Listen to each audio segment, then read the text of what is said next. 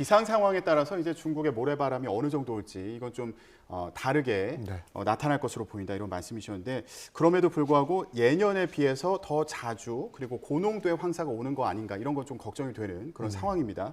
그런데 이번 황사 이 상황을 보면 제주도를 포함해서요.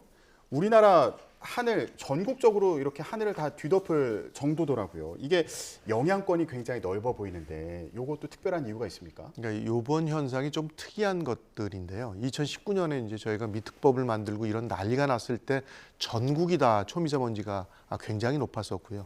이번에 어저께 같은 경우에 전국이 다 뭐 지도상으로 에어코리아 자료를 보시면 예. 빨갛게 표현이 될 정도였는데 제주도까지 포함이 되어진 상태였습니다. 아, 그렇군요. 예, 지금은 이제 좀 동해안 쪽이 조금 낮아졌는데 이게 전형적 현상입니다. 그러니까 일반적으로 태백산맥을 중심으로 해서 서해안부터 나빠져서 차차차차 동해안으로 전달이 되어지는 현상들이 시간대별로 나타나는데 예. 이번에는 동시간대로 그냥 전국이 다 똑같이 나쁨 현상이 나타날 정도로 전체적으로 퍼져나갔다라는 것이 이번에는 좀 특이한 현상들이라고 보여집니다.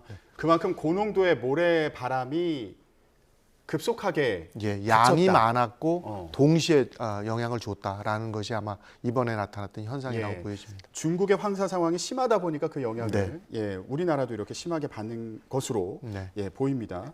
자, 그런데 저희가 이제 인터뷰 시작하기 전에 교수님이랑 이렇게 얘기를 나누는데 이게 우리나라만의 문제가 아니다. 네.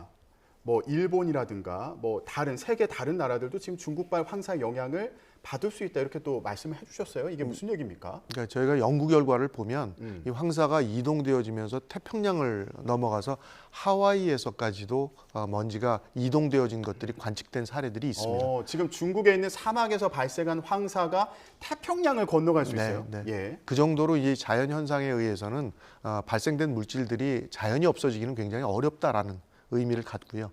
따라서 이것들이 하와이에서도 중국에서 발생됐던 여러 가지의 그 황사가 성분과 크기로서 확인이 되어진 연구들도 있어서 사실은 황사와 같은 것들이 발원되지 않도록 하는 것이 근본적 대책이지 이런 것들이 기상현상에 의해서 이동되는 것에 대해서는 인간들이 어떻게 개입할 수 있는 문제가 아니기 때문에 예. 어쨌든 간에 원인을 제어하는 쪽에 좀 더 노력을 기울이는 것이 근본적인 대책이 될 수밖에 없다라고 말씀드려야 될 것 같습니다. 예.